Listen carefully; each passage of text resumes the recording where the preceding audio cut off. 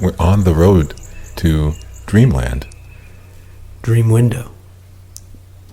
Well, to get to the land, you have to go to the window. You look out the dream window, and then you see the dreamland. Vast.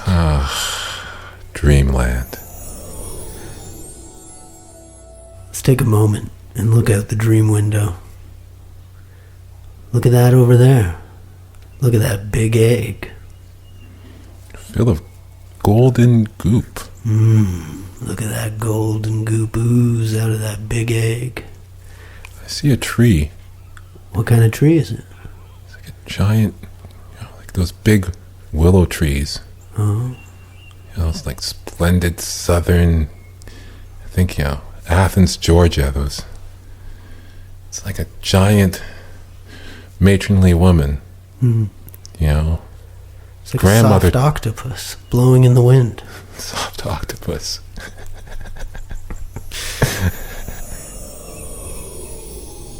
Look at that over there. It's a puddle.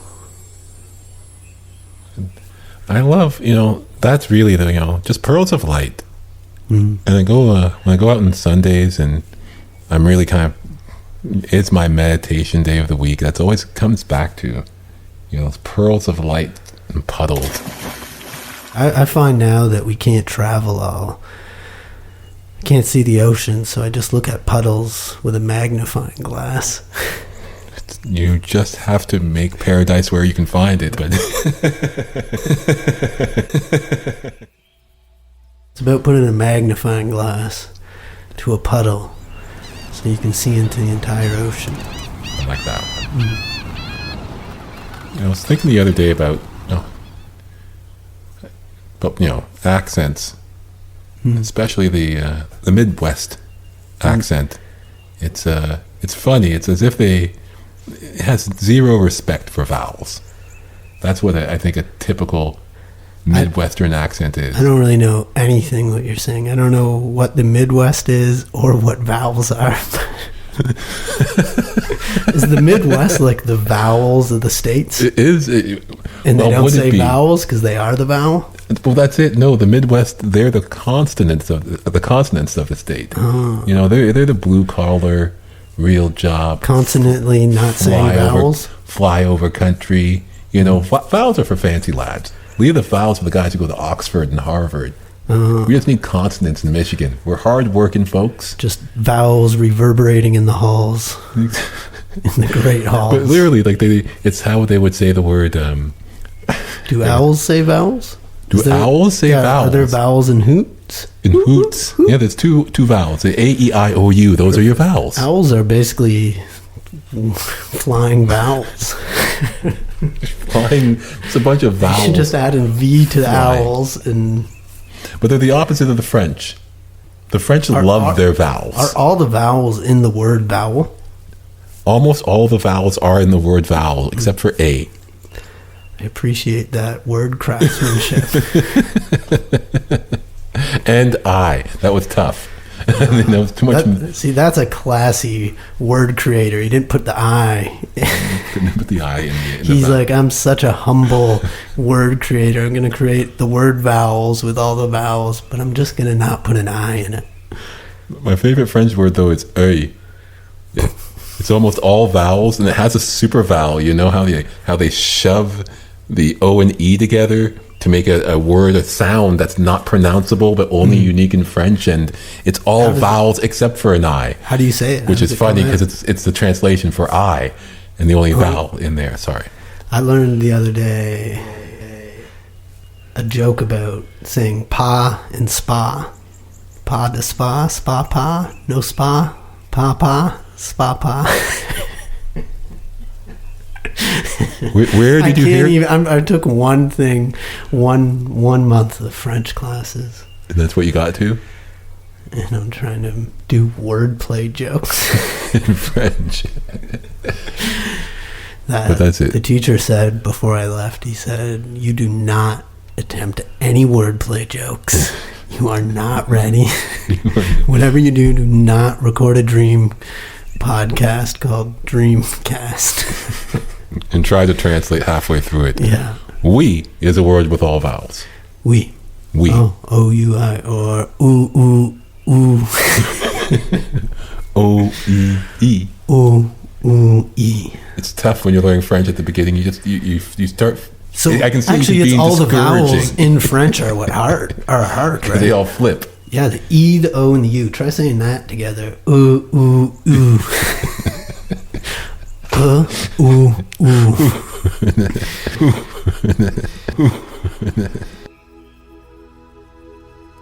It's so frustrating. It must be like a bunch of people really, trying to learn French. Well-minded, but it's just, in your adulthood, I could see it just being... I enjoyed, it's so fun to work really hard and feel like accomplished, and you're just at the level of like a grade 2. Like, I feel so great that I can just say, thank you, have a good day. You know what? I don't know how to say have a good day. Jour, bonjour? No, that's hi. I feel like we were doing too much talking on French. It's too much on a topic that you can't speak on. Yeah, and right. I have no insights whatsoever. It's not about having insight, but being able to pronounce some basic words. Yeah, I sound like an idiot. No, you don't sound like an idiot. You sound like a person learning French. Don't contradict me. How dare you contradict me? This is the first. Don't sit across from this table. In my house. I'm not an idiot. In my on this table that my mother gave me because I don't know how to buy my own furniture. Don't break I'm 37 and I'm only about 11 months into really being an adult. It's great. And I have a long way to go. You got a long way to go, but so does everybody. That's it,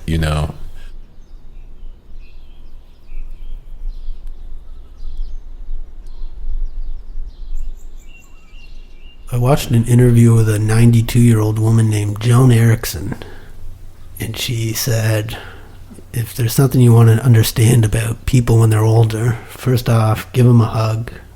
They just want to be touched, and believe it or not, they don't know the older people don't have all the answers. I didn't think they did.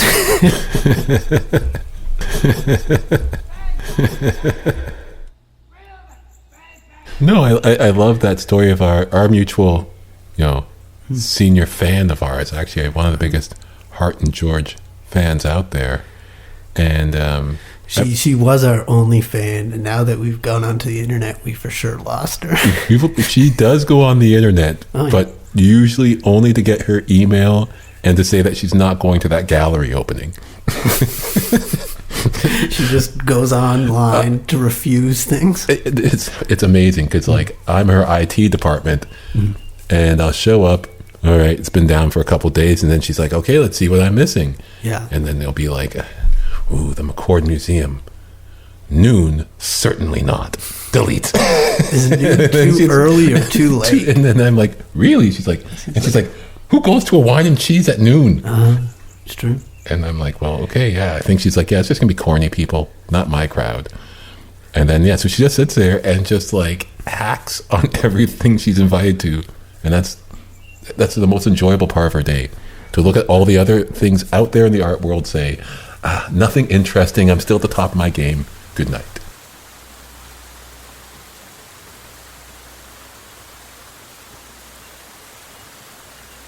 You know what? I was looking at a tree the other day. Do you ever feel like you're not living up to your potential? Do you think inside every tree there's a chair sitting, waiting to be carved? Absolutely not. Unless, do you think? Are you waiting for me to make a necklace of your fingers? I mean, the chair is not the purpose of the tree. The tree is doing a lot of good stuff just treeing. Yeah, but I like to think if I were a tree, I'd be inside, I'd feel like one day I'm going to be a great table where people will sit around me and make great decisions, but probably it'll just be as a bad opposed to idea. Feeling the wind blow through your leaves and being alive? Oh, yeah, I guess. I think it's a dead state. Like I'm saying, so no humans like, I wish I could be a coffee table. I think everyone wants to live up to their potential. Right. But yeah, I think it's how you're defining the potential of that tree being greater serving men. Right. I don't know. Is it out there as it puts oxygen back in the atmosphere? It kind of is serving us. Yeah. I'm putting human potential. I'm not thinking like a tree. Like inside a tree, it's like I'm going to be a bigger tree. I'm going to be the biggest tree in the world. Yeah. This year, I'm going to grow 1 millimeter. Well, think about that year before the tree, in front of your place. The year before, it was just getting up to above the building. Oh, yeah. And they must have been sitting there being, I'm going to get so much light next year. Wait till my leaves. Are they all trying to, they kind of have a little bit in common with NASA, right? They're trying to get closer to the sun. Get all the light. All the plants are like, if we just get another 2 billion years, I think we can get there.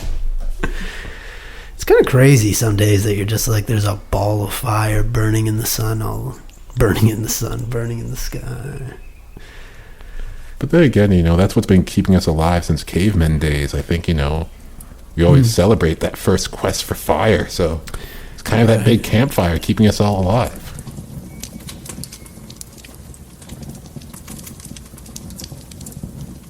How do you think fire started? I was thinking the other day it was probably, I don't know, when things are going bad. It was probably just like 2 people walking down the road and one guy got hit by lightning and the other guy was like, this is terrible. I just lost my best friend, but he's on fire. This is also incredible. I'd guess. How do you think fire was discovered? See, I think you're spot on with it was simply lightning. But did he eat the guy? Was he like, wow, he's cooked? This food tastes so much better now that... No, I think it was more... He's weeping. He's like, I've lost my... That was also the first word was created too. They saw fire before they could control it. I think fire and language started. The guy got hit by lightning and he was like, that was the start of language. The start of fire and the start of cooking. It was a good day. It was a bad day, but good day in the long run for evolution, dependent. Bad day for Steve.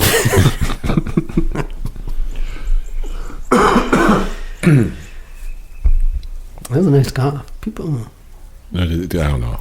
I like it. It's nice when you cough and you got a bit of rasp in it, and you're like, I feel like I've lived a life that's led up to this cough. Except it's just, I was trying to get rid of it today on the professional call, and you're trying to get rid of a cough, like you're trying to get the cough out on a call. You're like, I might as well do this coughing at work. I was on mute, trying to get the cough out. Because I knew I had to do a good flurry of 3 minutes of speaking coming up. But it just wouldn't get out of there. It just had this, and I was left with a tiny half rasp as I fought my way through that sentence through the.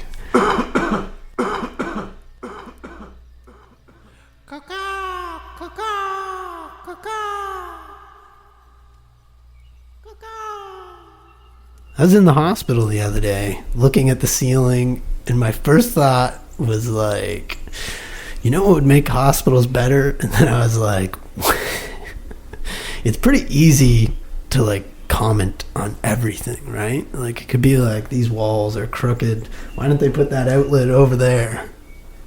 But I don't know how to install an outlet. Which hospital were you in? Jewish General. Oh, yeah. You got some critiques for it? Well, Don't get me started. Don't get me started. On where the outlets are placed at Jewish General.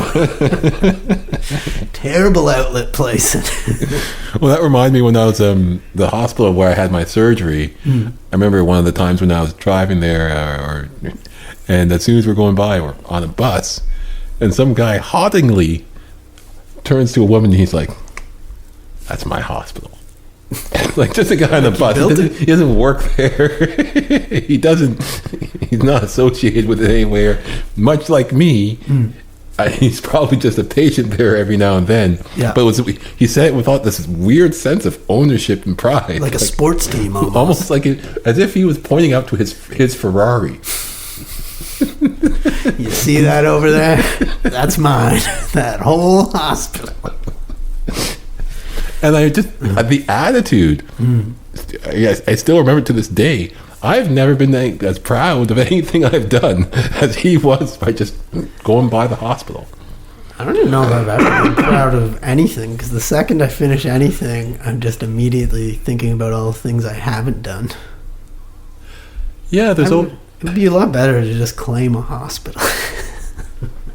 And no, that's what, there's certain people who can externalize their joy. And I can't do that. I'm happy when in the doing, the realities and the accomplishment and just trying your best every day and being grateful that you have an opportunity every day to go at it pain-free, generally worry-free. Well, but I don't. There is very much something but it has nothing to do, that's why a car is always just going to be useful for me as driving, and I'd never be and I like nice things. I don't think that makes me a better person. I don't really get joy from it. I'll look at an expensive car and I'm like, that's a lot of problems. It's the gas. It's this. Is just every time someone gets close to it, I'm worried that they're going to scratch it. So it's just I see everything's just sitting at different speeds. Like you're sitting in a car going fast. You're sitting in a plane going even faster. But you're always just sitting. When I moved into this new apartment, I was I didn't have furniture yet. I had some, and I basically would just sit in a chair. And when I sat in my chair, I'd look for a couch to buy. And then I got the couch and I sat on the couch and I was like, now I need an armchair. More I got the armchair chairs. And I sat in that and I was like, I need patio chairs. It's getting warmer. I got the patio chairs. I was sitting in those and I was like, I need a bar stool. I got a bar stool and I just was like, well, now I'm bored. There's all these different places to sit, but there's only I guess you can read when you sit, but I've discovered I like the idea of reading more than actually reading.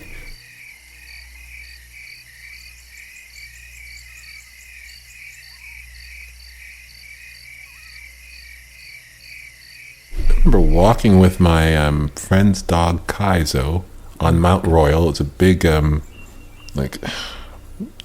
Labrador. It was a big shaggy red dog, Labrador Retriever, I think. And anyways, we're just walking through Mount Royal, which is a big urban city park, but definitely not out in the woods. And came across, he got excited by this pile of leaves and he started digging into it, and it was just like a dead raccoon and I remember it terrified me. Yeah. It absolutely terrified me. I was like, get out of that dead thing, Kaizo. And I'm like, I've taken photographs. A dead body would be just 10 times of that. So I've taken photographs of dead raccoon before. I set up little collage pieces on it. Sounds weird, but I thought of it as I tried to make something beautiful out of this kind of sad thing was my thought. And I was like, if someone found me, I'd hope they'd take a couple art photos before. Maybe not. You were. Now in retrospect.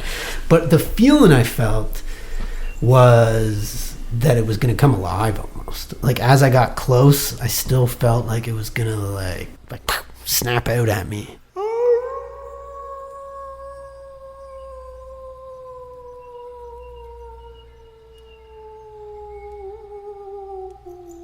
But to be honest, I think you've had this. I think it's more psychological with your heart that you have this fatalistic worry that things are always going to fall apart. I think one thing I'm different about now, and even in my professional life, I'm really. Do you have it too, though? Because if you kind of felt it with the dog a little bit. But yeah, I was concerned. I've always been about it's never over till it's over. And we were nearing the end of a project, and you could see everyone just being like, oh, thank God this is almost going to be over. And I'm just kind of sitting there going, until it's over, there's going to be 3 other things that are going to come up. Yeah. And then when those little things, and sometimes they were nothing burgers, but What is a nothing burger? It was an issue that may have caused some noise. Does the burger have nothing on it, or is there no burger? Just bun. It's just bun. Just bun, which is like, why didn't you call that a nothing burger? Because you sold them a burger, and everyone said, "Oh, this is a huge problem, George, and we got to take care of it." And it's one of those huge problems with. But I'd say a nothing burger is a problem too. Like, if I order a burger and I get nothing, I'm like, this is a problem. Nothing burger.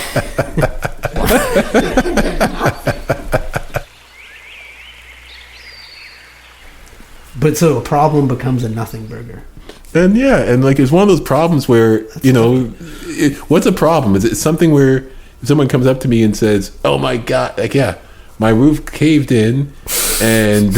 Big deal. Boo-hoo. I got no roof. Well, how about this? Like, not the roof caved in, like the roof caved in the Big O. Oh, yeah. Say the roof caved in at the Olympic Stadium. We all know it's been a janky roof. And then some guy comes and he's like, "Did you hear the Olympic Stadium roof? I got problems." And it's like, no, you don't. You don't. It's a nothing burger to your life. Was this the guy who owned the hospital? He's like, "Now my Olympic Stadium. Oh, the roof is caving in at my second home." See, that's the trouble with identifying yourself with giant objects. There's so much maintenance when you pretend you own a hospital. I mean, that hospital's falling apart.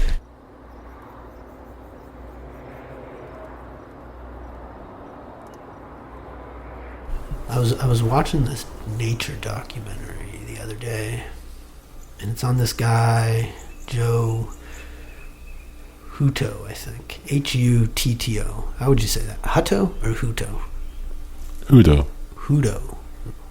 JoeHudo. And he imprints himself on animals, which sounds a little more invasive, but it's like he lives with them since they're children, so they think he's their mother, so he can see their inner workings. It's like living with them. Does that? Yeah. I mean, can you please expand and get a little bit more clear? Is he spending evenings sleeping out in fields with? Yeah, I guess it's not like a 24/7 thing. Like he's just a shift deer. They're like, this guy's my mother, only at moments. So you'll put in the day shift. I saw a thing on him called "My Life as a Turkey." That's how I first heard of him, which I loved that documentary. It's one of my favorites. But so I found this other thing on PBS, and it's not as good, but he does it with mule deers. But at the end, he says this thing that was kind of interesting. He's like, the mule deer has been alongside humanity for all of its evolution. Like, we've probably existed the same amount of time. And he's like, the mule deer must find humans such a curious creature. Because in one moment, we've saved them, we've helped them, we've untangled them from the briar patches and the brush of the woods and saved them. Yet at other moments, we've torn their mother's entrails out of them and left them in the sagebrush for them to ponder. So they must have found us very curious. Yeah, real curious, like curious killers, curious murderers. I don't think there's any. I guess curious isn't. You don't find if someone helped my jacket get untangled from a fence and murdered my mother. Exactly. Like, and I'm sorry, but it's that would be like, what a curious guy that is. He's a mass murderer, but damn, could he make a good barbecue sauce? Like, he'd hold a door for you and then murder your family. What a curious fellow. No, I think that person's generally bad. See, that's it, because everyone doesn't want. Probably like we're terrible then, right? You know why? Not like that's we're it. Curious. They're not like human beings where like no one can say anything bad about that their grandfather was racist.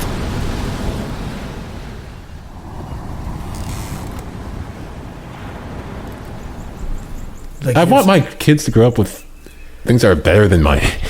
Maybe exactly like me. I mean, there was certain things. There was nothing. I wasn't a kid who wanted for anything. growing up. I had my basic needs and then some, and not only needs but wants satisfied. Yeah. But what were your biggest wants as a kid, would you say? Like there was a 1 year I really wanted like a racing bike. All my friends got into racing bikes, and I still had like an old shitty 10-speed. I wanted a proper one, so like and a little bit of complaining for 6 months and showing that I was really serious, and then my mother went and got me that high level bike. If you want to be into it, you can. If I showed ambition for anything, whether it was like music and I want to get this, and I showed like 3 months of ambition, they'd be like, okay, yeah, we're gonna go buy you a professional level sax. Oh yeah, we're gonna buy you a nice bike. Yeah. But so interest in what your interests were and nurtured them. Nurtured them. If I go to the library, have a book on cycling, being like, oh well, looks like George is getting into it. Serious. That would, and then as long as I showed that little bit of, it wasn't just a whim. Where I would have whims and they'd kind of be like, right. But and they'd buy me good, good stuff.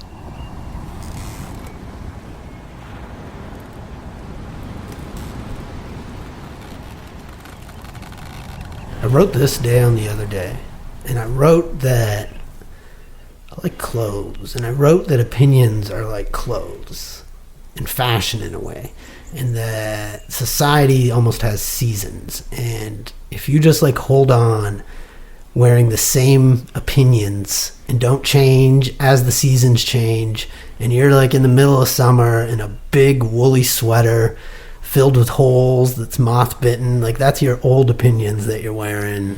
You need to change. It's fun. It's fun to get new outfits. It's fun to change and grow, I think. It's very, very easy to.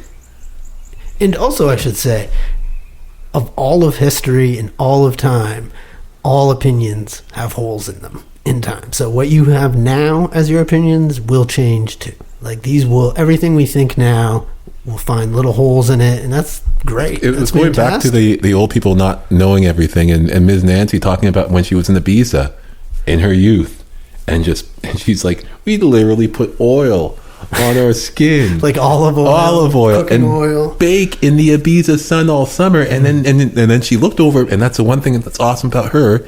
She looks over at you, and she's like, we didn't know any better. Yeah, and she's like, wow, that was dumb. I look like a baked potato. What you gonna do?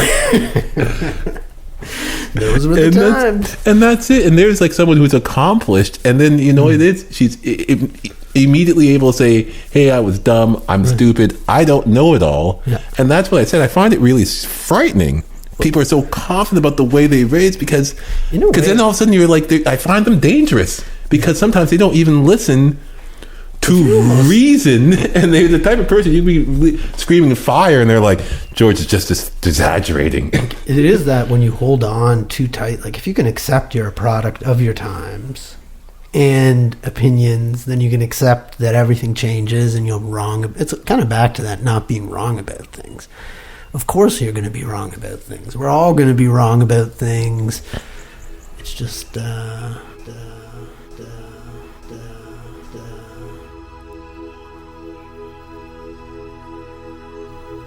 We are Hart and George. And this is Dream Window.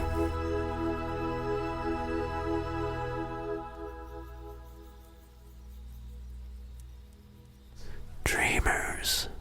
100% REM cycle guaranteed.